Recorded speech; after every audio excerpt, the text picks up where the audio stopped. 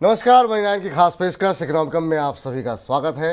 अर्थात की नई किस्त को लेकर के मनी नाइन के संपादक अंशुमान तिवारी जी स्टूडियो पहुंच चुके हैं। अंशुमान सर, बहुत बहुत स्वागत है आपका।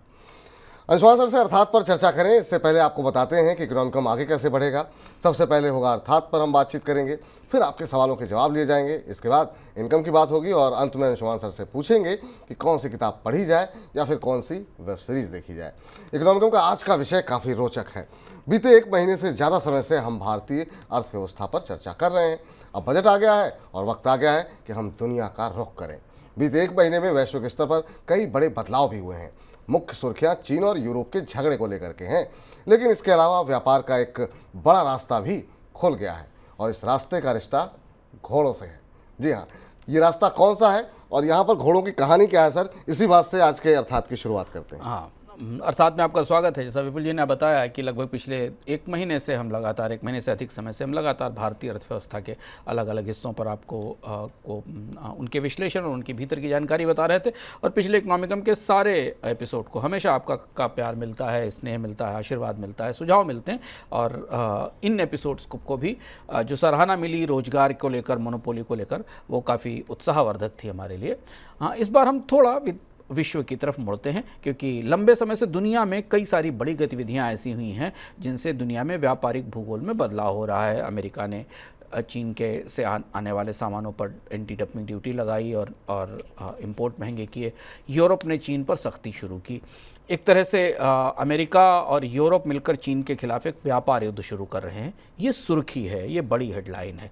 लेकिन आमतौर पर जैसा हम इकोनॉमिकम में विपुल जी करते हैं कि हेडलाइन के पीछे ले चलते हैं और आपको बताते हैं कि बात ऐसी है नहीं जैसी दिखती है। अमेरिका और यूरोप के जो पॉस्चरिंग है, जो दृश्य हैं या जो उनका जो सामने दिख रहा है, वो चीन के प्रति आक्रामकता का है। लेकिन उसके पीछे दिख रहा है चीन से व्यापार की दोस्ती गाढ़ी करने की तैयारी और एक ऐसे रास्ते को खोलने की तैयारी जिस रास्ते का किस्सा बेहद दिलचस्प है। और वो रास्ता लंबे समय बाद, करीब करीब 2000 साल बाद एक बार फिर सक्रिय हुआ है और उस रास्ते के जरिए यूरोप और चीन वापस मिल रहे हैं। ये वही रास्ता है जिस पर करीब 2-2.5 हजार साल पहले संस्कृतियों का मिलन होता था। और जैसा विपुल जी ने कहा कि किस्सा घोड़ों का है, वास्तव में किस्सा घोड़ों सा है, घोड़ों से शुरू होता है। दरअसल घोड़े जितना इतिहास बना चुके हैं उतना किसी एक पशु के खाते में नहीं आया होगा। पशुओं के अपने इतिहास में अगर कभी लिखा जाएगा तो घोड़े उसके महानायक होंगे, हॉर्सेस उसके महानायक होंगे। मगर अगर ये घोड़े ना होते तो रूस और यूक्रेन के बीच युद्ध के बाद यूरोप का सामान चीन तक और चीन का सामान यूरोप तक ट्रेन से नहीं पहुंच पाता। ये घोड़े ही थे जिनके कारण आज जब स्वेज बंद है और रूस और यूक्रेन के बीच में युद्ध चल रहा है, तब भी रूस और यूरोप के बीच व्यापार का रास्ता खुला हुआ और वो भी ट्रेन से कारोबार हो रहा है। मध्य एशिया, जहां अब फिर यूरोप और चीन वापस में साथ मिल रहे हैं, वहां 2300 साल पहले घोड़े मिले थे और उन घोड़ों ने दुनिया का इतिहास बदल दिया। क्या आपको पता है कि दुनिया का सबसे मशहूर घोड़ा कौन था? दुनिया के सबसे मशहूर घोड़े को, ये घोड़ा था अलेक्जेंडर द ग्रेट का बेस्फिलस। अलेक्जेंडर द ग्रेट जिस घोड़े पर बैठकर पूरी दुनिया जीत कर आया था, जिस ग्रीक सम्राट ने, उस घोड़े का नाम बेस्फिलस था। और बेस्फिलस ग्रीक दंत कथाओं का हिस्सा है। काले रंग, नीली आँखें और उसके मस्तक पर एक स्टार का चिन्ह था। बेस्फिलस एक अलग किस्म का नायक है ग्रीकी कथाओं में। सम्राट फिलिप जो अलेक्जेंडर के पिता थे, उन्होंने बेस्फिलस अलेक्जेंडर को भेंट किया था। किस्से हैं कि अलेक्जेंडर ने कैसे उसे संभाला और कैसे अपने नियंत्रण में लिया, क्योंकि उसको कोई संभाल नहीं पा रहा था। दरअसल ये घोड़ा सीथियन, पर्शियन और फरगाना, ये 3 अलग अलग जो नस्लें थीं उनका मिश्रण था। और एक ग्रीक के बॉर्डर पर एक हिस्सा है जहां इसको ब्रीड करके तैयार किया गया था। घोड़ों की उस समय ब्रीडिंग होती थी। इनमें भी फरगाना की नस्ल मध्य एशिया में सबसे मशहूर थी। ये कहा जाता था कि फरगाना के घोड़े हेवनली हॉर्सेस हैं, देवताओं के घोड़े हैं। और पूरी दुनिया में फरगाना के घोड़ों की उस दौर में, आज से 2000-2500 साल पहले, बड़ी मांग होती थी। इनकी चर्चा यूरोप से एशिया तक होती थी। तो इसलिए फरगाना की नस्ल से तैयार हुआ बेस्फिलस जब सिकंदर अलेक्जेंडर को मिला और अलेक्जेंडर ने उस पर सवारी शुरू की, तो वो अपने अभियान के क्रम में 329 ईसा पूर्व में फरगाना आया। अपने अभियान के तौर पे सेंट्रल एशिया में जब उसने जीता, मध्य एशिया में, तो फरगाना आया। फरगाना आज के ताजिकिस्तान के आसपास है, जो आज का ताजिकिस्तान है। सिकंदर यहाँ पर उन घोड़ों की तलाश में आया था, जो देवतुल्य घोड़ों के तलाश में आया था, जिनकी ज़रूरत ग्रीक आर्मी और कैवलरी को थी, क्योंकि ग्रीक कैवलरी को पूरी दुनिया विजय करनी थी और उसके लिए बहुत अच्छे और शानदार घोड़ों की ज़रूरत थी। इस प्रक्रिया में उसने मध्य एशिया तक ग्रीक साम्राज्य स्थापित किया, सेंट्रल एशिया में उसका ग्रीक साम्राज्य हुआ। और ये ग्रीक साम्राज्य का जो छोर था, इसे अलेक्जेंड्रिया द एस्केट कहते हैं। द एस्केट का मतलब है सबसे दूर का अलेक्जेंड्रिया, यानी ग्रीक से सबसे दूर का जो पोस्ट था या जो शहर था अलेक्जेंड्रिया द एस्केट, वो इन घोड़ों की तलाश में स्थापित हुआ था। और दुनिया के सबसे बड़े सांस्कृतिक घटनाक्रम, विलयन, मिलन इसी क्षेत्र में हुए हैं। और यहाँ से जो निकला उसने चीन और यूरोप को प्रभावित किया। अच्छा, बाद में ये हिस्सा ग्रीक बैक्टीरियन साम्राज्य के नाम से जाना गया। और ग्रीक जहाँ से वापस गए थे, ग्रीक जहाँ से साम्राज्य स्थापित करके वापस गए थे, वहीं चीन के सम्राट हानवू की सेना पहुँची। और घोड़ों के कारण, सिर्फ घोड़ों के कारण पहली बार दुनिया ने चीन और ग्रीक के बीच में, चाइना और ग्रीक के बीच में एक जंग देखी। यह बड़ा दिलचस्प किस्सा है। हुआ ये कि अलेक्जेंडर का युग दौर बीतने के करीब 250 साल बाद, ये बात करीब 130 ईसा पूर्व की रही होगी, एक हान सम्राट था वू, उसने अपने वजीर झानकियांग को इस इलाके में भेजा। कोशिश ये थी कि मंगोलों के जो हुणों के हमले हो रहे थे चीन पर, उसे रोकने के लिए इस एरिया में एक कबीला था, सूची कबीला, उससे दोस्ती की कोशिश थी, जिसके जरिए इन हुणों के हमले को रोका जा सके। कियान का ये मिशन दुनिया में बड़ा ऐतिहासिक मिशन रहा है, इसकी अपने बड़े महत्वपूर्ण किस्से रहे हैं लेकिन कियान का ये मिशन असफल रहा। सूची कबीलों को वो चीन के साम्राज्य की मदद के लिए तैयार नहीं कर पाया। लेकिन जब वो वापस लौटा तो उसने किंग वू को बताया कि मैं ऐसे घोड़े देख कर आया हूँ जिसे दुनिया में कहीं नहीं होते, फरगाना के घोड़े, देवतुल्य घोड़ों की बात, इसलिए इनको हेवनली हार्स चीन में कहा जाता था। चीन की सेना उस समय बहुत छोटे घोड़ों पर चलती थी, पोनी टाइप के घोड़े थे, कमज़ोर घोड़े थे, युद्ध नहीं लड़ पाते थे। सम्राट वू ने तत्काल एक दूत भेजा इस एरिया में, ग्रीक के इलाके में, अलेक्जेंड्रिया द एस्केट में, और एक कहा कि घोड़े खरीदने के लिए जो पैसा चाहिए वो दिया जाए। ग्रीक सेना ने चीनियों को भगा दिया और दूत की हत्या कर दी। ग्रीक लोगों ने कहा कि नहीं, ये घोड़े नहीं बेचे जाएंगे। सम्राट वू को इतना बुरा लगा कि सम्राट वू ने जनरल गुआंगली को 20,000 लोगों की सेना के साथ हमला करने के लिए भेज दिया, इन घोड़े लेने के लिए। और चीन के मध्य से वो सेना चलकर पश्चिम का पूरा तकला मकान का डेजर्ट पार करते हुए सेंट्रल एशिया तक आई, युद्ध लड़ा। लेकिन तब तक सेना जिस रास्ते से आई थी, बहुत सारे सैनिक मर गए प्राकृतिक समस्याओं के कारण और उसके कारण, और चीन की सेना हार गई और हार कर वापस पहुंची। सम्राट वू ने नहीं माना। सम्राट वू ने उससे बड़ी, 3 गुनी बड़ी सेना के साथ फिर दोबारा अटैक किया और इस बार ग्रीक हार गए। शहर पर चीनियों ने कब्जा कर लिया, सारे घोड़े जीत लिए गए और यहाँ से मध्य एशिया तक चीन का साम्राज्य स्थापित हो गया, जिसको पूरा तारिम बेसिन का साम्राज्य होता है। पर यह किस्सा इसलिए महत्वपूर्ण आपको सुना रहे हैं कि यही वो वजह थी जिस वजह से दुनिया को सबसे बड़ा व्यापार मार्ग मिला, जिसको सिल्क रूट कहते हैं। क्योंकि यही वो रास्ता था जिस रास्ते को झांकियान ढूंढते हुए पहुंचा था और यहाँ से सिल्क का और बाकी तमाम ज़रूरी चीज़ों का ट्रेड होते हुए यूरोप तक पहुंचा। और पहली बार इस रास्ते के जरिए चीन और यूरोप के बीच में व्यापार शुरू हुआ और चीन के व्यापारी सिल्क लेकर टर्की तक, इस्तांबुल तक आते थे और उसके बाद पूरे यूरोप में बेचे जाते थे। तो सिल्क रूट इसलिए नहीं बनाया गया कि सिल्क बेचा जाएगा। सिल्क रूट दरअसल हॉर्स रूट था, घोड़ों का रास्ता था। सिल्क जाना गया उसे सिल्क के नाम से, पर ये रास्ता खुला था घोड़ों के लिए, जिन घोड़ों की जरूरत थी। तो और आज रूस और यूक्रेन के युद्ध के बाद ये रास्ता या ये क्षेत्र दुनिया में रेलवे की क्रांति का नया केंद्र है। जब रेलवे पिछड़ रहा है और मानते हैं कि रेलवे की डिमांड नहीं है, पूरी दुनिया में लोग एयर ट्रैवल कर रहे हैं, तब यहाँ रेलवे का सिल्क रूट तैयार हो रहा है। ये नया रेलवे की क्रांति का केंद्र है और ये केंद्र ये दुनिया के भौगोलिक परिस्थिति को पूरी तरह बदल रहा है। अब अपने आप चार्ट में देखिए इस किस्से की रोशनी में, जो आपको बीच का हिस्सा दिखाई दे रहा है उसे मिडिल कॉरिडोर कहा जाता है। और ये मिडिल कॉरिडोर चाइना के धुर पश्चिम से चलते हुए यूरोप तक आ रहा है मिडिल कॉरिडोर में, और इसी कॉरिडोर पर सबसे ज़्यादा फोकस है और इसी की बात हम आज करेंगे, जिसे आप ट्रांस कैस्पियन ट्रांसपोर्ट रूट भी कहा जाता है तकनीकी तौर पर। वैसे ये मिडिल कॉरिडोर है जो मध्य एशिया और टर्की को चीन से जोड़ता है। सर, इस इतिहास के रास्ते पर अब भी रेलगाड़ियाँ चल रही हैं क्या? हाँ, 2020 का दिसंबर था, कोविड के बीच के दौर की बात थी। सुर्खियों में भारत में शायद वो नहीं था। तुर्की से एक ट्रेन चली, टर्की से एक ट्रेन चली, जिसको तुर्की कहा जाता है, टर्की से एक ट्रेन चली, इस पर फ्रिज लदे हुए थे एक्सपोर्ट के लिए। और एक्सपोर्ट ट्रेन करीब करीब 14-15 दिन की यात्रा करके चीन का जो उत्तर पश्चिमी शहर है जियान, वहाँ पर पहुँची। और इसके साथ पहली बार एक नया सिल्क रूट खुल गया, जिसमें टर्की से एक ट्रेन को सीधे सामान लेकर चीन तक भेजा जा सकता था, स्थलीय रास्ते से भेजा जा सकता था। तब तक रूस यूक्रेन युद्ध की परिस्थितियां नहीं थी, इसलिए इसकी चर्चा नहीं हुई। और अब लेकिन ये नया सिल्क रूट दुनिया में सबसे बड़ी खबर है। इस रास्ते की चर्चा होती रहती थी, तकनीकी तौर पर होती थी, चीन के बेल्ट एंड रोड कार्यक्रम का हिस्सा था। लेकिन इस समय तक, जब इसकी बातचीत शुरू हुई थी, तब तक जो मध्य एशिया की परिस्थिति थी वो इस रास्ते के माफिक नहीं थी, क्योंकि दुनिया में व्यापार आसानी से चल रहा था। रूस के जरिए व्यापार होता था और स्वेज के जरिए व्यापार होता था, तो इसकी कोई ज़रूरत नहीं थी। तो चीन के बेल्ट एंड रोड इनिशिएटिव को दुनिया हमेशा संदेह की दृष्टि से देखती रहती थी, जो अभी भी देखती है। 2014 तक इस रास्ते पर कोई हलचल नहीं थी। था प्रस्ताव में, था इन ट्रांस कैस्पियन कॉरिडोर पर, वो बौद्धिक चर्चाओं का हिस्सा था।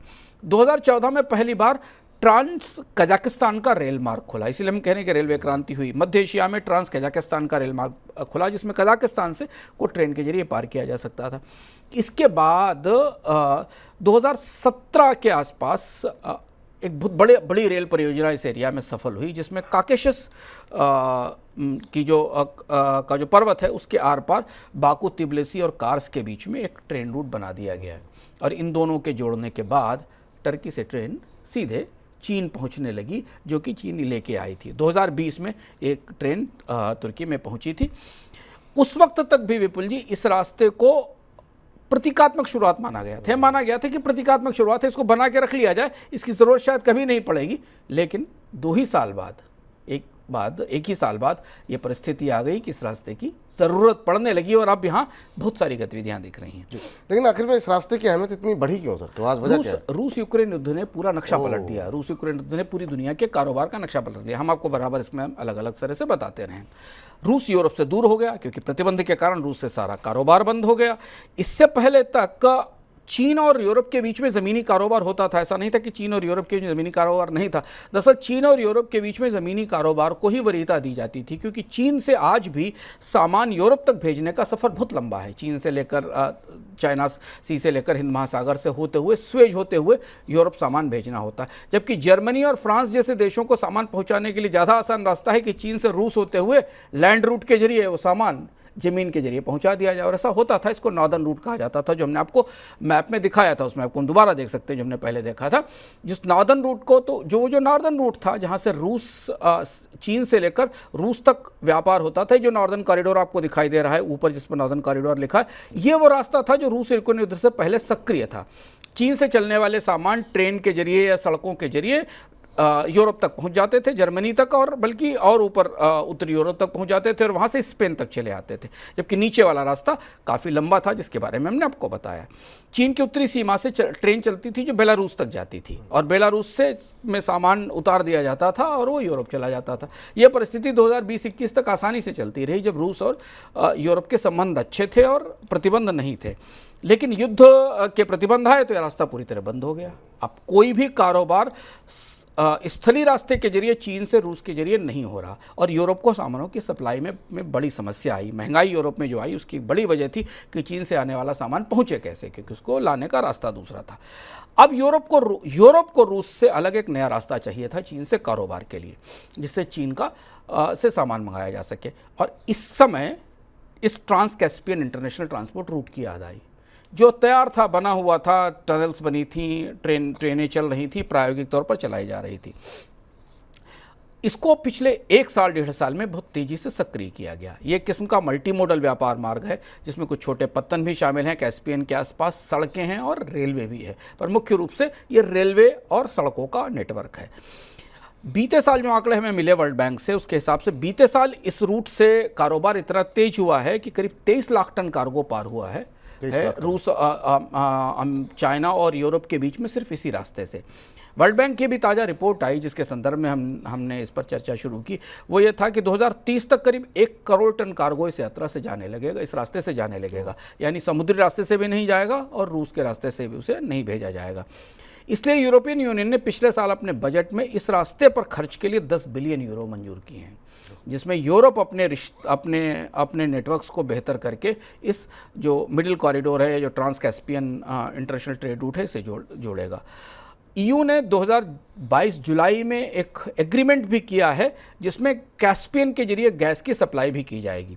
तो अब आप इस नक्शे को दोबारा देखिए तो आपको दिखाई देगा कि यूरोप चीन से कारोबार के लिए अब इस रास्ते का प्रमुखता के साथ इस्तेमाल करना चाहता है। लेकिन यहाँ पर एक बड़ा सवाल अभी बना हुआ है कि आखिर में चीन और यूरोप ये किस तरह की तैयारी कर रहे हैं सर?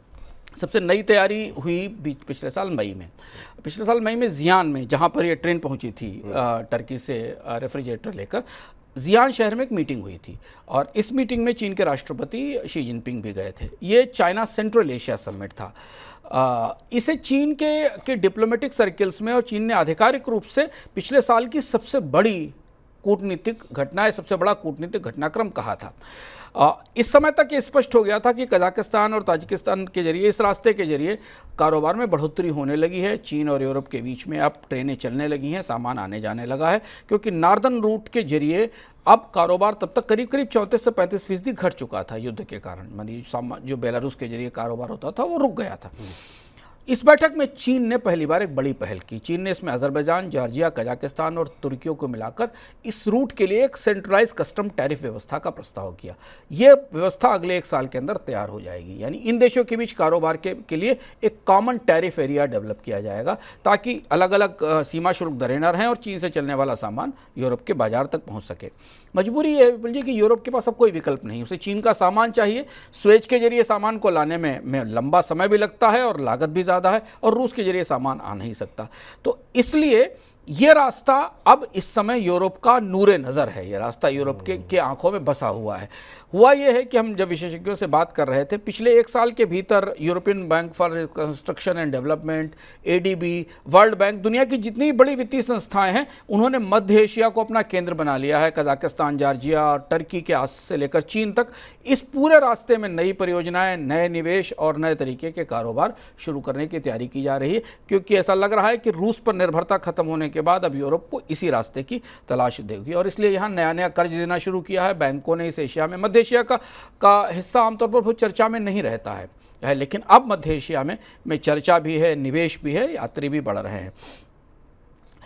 शी जिनपिंग ने पिछली बार जब जियान की बैठक में गए थे, मई में जियान की बैठक में, तो उन्होंने कहा था कि यहाँ 2 बड़े रेलवे प्रोजेक्ट तत्काल पूरे किए जाएंगे। इसमें चाइना का किर्गिजिस्तान का रेलवे प्रोजेक्ट है और एक उज्बेकिस्तान का रेलवे प्रोजेक्ट है, और इसके साथ मिडिल कॉरिडोर के आसपास हाईवे का एक बड़ा नेटवर्क डेवलप किया जाएगा। तो चीन इस रास्ते में बड़ा निवेश कर रहा है। बाय डिफ़ॉल्ट रूस के युद्ध के कारण चीन की जो परियोजना दुनिया में संदेह के घेरे में थी, बेल्ट एंड रोड, उस पर यूरोप की निर्भरता अचानक बढ़ गई है। तो चीन के लिए ये बड़ा मार्केट है जो मध्य एशिया से होते हुए यूरोप तक जाएगा, और इस नेटवर्क पर चीन का दबदबा बढ़ेगा। सेंट्रल एशिया के देशों को इस रास्ते में बहुत रुचि है, क्योंकि वो पिछड़े हुए हैं, उनके पास बीच में कुछ नहीं है, समुद्र नहीं है, तो उनके लिए निर्यात का कोई रास्ता नहीं था। इस रास्ते के जरिए उन्हें यूरोप और अफ्रीका को अपना गैस, तेल और सामान भेजने का मौका मिलेगा। और मध्य एशिया में दशकों से इस तरीके के एक नेटवर्क की उम्मीद की जा रही थी। उनकी चुनौती ये थी कि उनकी एक तरफ रूस था, दूसरी तरफ समुद्री रास्ते थे, तो उनसे कारोबार करने वाले कोई दूसरे लोग नहीं थे। अब आप पूछेंगे कि भारत इस पूरी गणित में कहाँ खड़ा होता है। भारत के लिए भी यह रास्ता एक किस्म का विकल्प लेकर आया है। भारत एक दूसरे रास्ते से यूरोप तक पहुंच बढ़ाने की कोशिश में, हम इस पर विस्तार से बात कर चुके हैं, जो international north south transport corridor है, जो सेंट पीटर्सबर्ग को ईरान वाला जो पुराना पर्शियन राजमार्ग है उसके जरिए मुंबई से जोड़ता है समुद्री रास्ते के जरिए, जिसको हम मैप में दोबारा देख सकते हैं एक बार। जो भारत जिस राजमार्ग से काम कर रहा है, 1 साल पहले उससे एक कंटेनर भारत आया भी था। भारत इस रास्ते को सक्रिय करना चाहता है क्योंकि स्वेज के रास्ते में जो समस्याएं हैं और जिस तरीके से इस इधर हाल के महीनों में भारतीय निर्यात को पर असर पड़ा है, उससे भारत इस रास्ते के जरिए जाना चाहता है। इस मैप को हम दोबारा देखेंगे तो हमें समझ में आएगा। इस कॉरिडोर में का जो समझौता है, जो भारत का समझौता है, ये जो आपको दिखाई दे रहा है, भारत जिसको INSIC कहा गया है, ये वो रास्ता है जो भारत से सीधे रूस तक जाता है, जो नॉर्थ साउथ ट्रांसपोर्ट कॉरिडोर है। इस समझौते में प्रावधान है कि भारत इसे मिडिल कॉरिडोर से जोड़ सकता है। इसके 13 सदस्य देश इसे मिडिल कॉरिडोर से जोड़ सकते हैं। इसका एक हिस्सा अजरबैजान में मिडिल कॉरिडोर के पश्चिमी हिस्से से मिलता है। महत्वपूर्ण बात है कि इस रास्ते से भारत को अपना सामान यूरोप तक भेजने में 10 दिन लगेंगे, जिसमें अभी 30 दिन लगते हैं। तो इसलिए ये जो नई व्यवस्था है, 2 युद्धों के कारण पूरी दुनिया का भूगोल एकदम अचानक देखते देखते बदल गया है। रेलवे जो बिल्कुल भूला हुआ बुनियादी ढांचा था, घाटे की व्यवस्थाएं थी, वो ग्लोबल ट्रेड के केंद्र में आ गई। रेलवे इस समय इंटरनेशनल ग्लोबल ट्रेड और की सबसे बड़ी उम्मीद है। समुद्री मार्ग जब प्रभावित हो रहे हैं तो स्थलीय मार्गों से। लेकिन बस दुनिया की उलझन यह है कि मिडिल कॉरिडोर पर चीन और टर्की का दबदबा होगा, जहां डेमोक्रेसी नहीं है। लेकिन फिर भी मध्य एशिया में 2000 साल बाद इतिहास वहीं वापस लौट आया है, जहां घोड़े, सिल्क और मसाले का ट्रेड होता था। अब उसी रास्ते से दुनिया के सबसे आधुनिक तकनीकी सामान भेजे जाएंगे। काफ़ी दिलचस्प और काफ़ी आंखें खोल देने वाला और जानकारी भरा ये आज का हमारा अर्थात रहा सर। निश्चित रूप से हमारे दर्शक भी काफ़ी ज़्यादा इससे लाभान्वित होंगे और बड़ी संख्या में आपसे तमाम दर्शक हैं जो कि कुछ प्रश्न भी पूछना चाहते हैं, तो उन प्रश्नों को भी जो है हम शामिल कर लेते हैं। केदारनाथ जी ने एक प्रश्न पूछा है और दिलचस्प प्रश्न पूछा है। कह रहे हैं कि कंपनियों की जो कर्ज माफ़ी कर दी जाती है या फिर बैंक जो राइट ऑफ कर देते हैं कर्ज, क्या इसे उस समय वसूला जा सकता है जब कंपनी मुनाफे में आ जाए? तो ये इसका कोई प्रावधान नहीं है, जबकि एक बार राइट ऑफ दरअसल कंपनियों से ज़्यादा बैंकों की व्यवस्था है। बैंकों के पास डूबे हुए कर्ज के लिए एक व्यवस्था RBI की तरफ से की जाती है, इसको प्रोविजनिंग की व्यवस्था करते हैं। बैंक आमतौर पर कर्ज देने के बदले उतनी पूंजी अपने पास सुरक्षित रख लेते हैं कि वो कर्ज डूब जाए या नहीं। तो जब वो कर्ज डूब गया या संकट में फंस गया तो बैंक तो उसकी प्रोविजनिंग के जरिए पूंजी की प्रोविजनिंग करके उसे निकाल देते हैं, फिर भी वो बैंक के खातों में पड़ा रहता है। अंततः उसे राइट ऑफ करके ख़त्म कर दिया जाता है, क्योंकि एक बार कंपनी डिफ़ॉल्ट हो गई या वो पूंजी पैसा नहीं चुका पाई तो उसके लिए बैंक्रप्सी का रास्ता है, NCLT का रास्ता है। बैंक उस कर्ज की वसूली थोड़े बहुत मामलों में NCLT के जरिए कर सकते हैं। तो हमने देखा है कि भारत में बैंक्रप्सी कोर्ट के जरिए बैंकों ने अपने कर्ज की 20%, 15%, 25% तक वसूली कर ली है। अगला प्रश्न प्रियंका जी का है और प्रियंका जी कह रही हैं क्या इस बार के बजट से रोजगार की कमी पूरी हो पाएगी? काफ़ी महत्वपूर्ण सवाल है क्योंकि रोजगार पे काफ़ी सारी बातें हो रही हैं। कुछ चांसेस लग रहे हैं? प्रत्यक्ष रूप से तो ऐसा नहीं दिखता, क्योंकि सरकार ने कई सारे सच स्वीकार किए जो हमने आपको पिछली बार अपने कार्यक्रम में बताए, और इसके अलावा कुछ सांकेतिक कोशिशें की जिसमें उन्हीं उद्योगों से कहा जा रहा है कि अब आप पैसे भी ले लो, पहले तो आपको हमने रियायतें दी थी, अब हम सब्सिडी भी दे रहे हैं और रोजगार देने की कोशिश करिए। लेकिन जिस तरह से जिस व्यवस्था से सरकार रोजगार चाह रही है इनसे, वो कंपनियां दे पाएंगी कि नहीं, इस पर थोड़ा संदेह है, क्योंकि बाजार में डिमांड नहीं और कंपनियां नया निवेश करना नहीं चाहती हैं। लेकिन फिर भी एम्प्लॉयमेंट सब्सिडी का दौर शुरू हो रहा है, अगले 5-6 महीनों में हमें इसके कुछ नतीजे सामने आएंगे। जी सर, इस बार इनकम की बात में किस क्षेत्र पर बात करना चाहेंगे आप? शेयर बाजार की गतिविधियां सबसे ज़्यादा तेज हैं और हम पूरे सप्ताह आपको अलग अलग तरह से विशेषज्ञों के रूप से पारदर्शी ढंग से शेयर बाजार में की जानकारी देते हैं, आपके सवालों के जवाब दिलवाते हैं। और इसलिए रविवार के दिन भी अगर भी सोमवार की तैयारी की स्थिति में आप मनी 9 से जुड़े रह सकते हैं। और एक विशेष शो जो हम रविवार को लेकर आ रहे हैं, जिसमें बाजार के किसी बड़े विशेषज्ञ से पूरे सप्ताह की गतिविधियों पर हम चर्चा करते हैं और बाजार में क्या हो सकता है आने वाले सप्ताह में, इसे बताते हैं। क्योंकि बाजार में खासा उतार चढ़ाव है, परिस्थितियां रोज़ बदल रही हैं, इसलिए इस शो को ज़रूर देखिए। रविवार को मनी 9 पर विपुल जी शो को लेकर आते हैं किसी विशेष विशेषज्ञ के साथ, जिससे आपको अगले सप्ताह बाजार को समझने में और अपनी रणनीति बनाने में मदद मिलेगी। तो हर रोज़ रविवार को शाम 7 बजे हमारे साथ जुड़ जाइए। बाजार के कुछ ऐसे पुराने जानकार जो सिर्फ हर रोज़ खरीदो बेचो नहीं, बल्कि बाजार की बड़ी बड़ी बातें आपको समझाते हैं और कैसे अपने निवेश को कैसे अपने पोर्टफोलियो को बनाएं, इसके बारे में बताते हैं। अंशुमान सर, हमारे दर्शकों को कोई पुस्तक या कोई वेब सीरीज आप रिकमेंड करना चाहेंगे? पिछले सप्ताह हम लोगों ने एक किताब पर चर्चा की थी, कार्लो रवेली की उसी सीरीज की एक दूसरी किताब भी है। मैं दोनों किताबें साथ साथ पढ़ रहा हूँ, तो मुझे लगा कि अगर आप वो पहली वाली किताब पढ़ रहे हैं, टाइम वाली, द ऑर्डर ऑफ टाइम, तो उसके साथ कार्लो रवेली की दूसरी एक किताब और पढ़िए। इसका नाम है reality is not what it seems. बेहद दिलचस्प किताब है।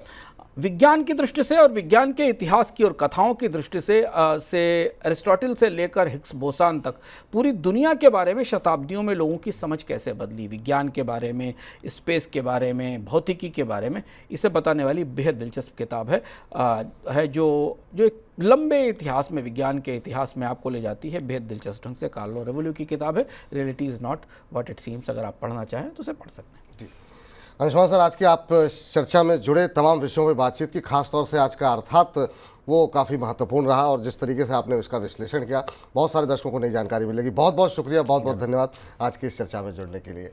तो चलिए अब आज के इकोनॉमिकम को यहीं पर समाप्त करते हैं, लेकिन आप लगातार मनी 9 के साथ बने रहिए, क्योंकि इकोनॉमिकम जैसे और भी बहुत अच्छे अच्छे शोज़ जो है मनी 9 के प्लेटफॉर्म पर बने हुए हैं। हमारे यूट्यूब चैनल को सब्सक्राइब नहीं किया है तो अभी सब्सक्राइब कर लीजिए। मुझे इजाज़त दे दीजिए, नमस्कार।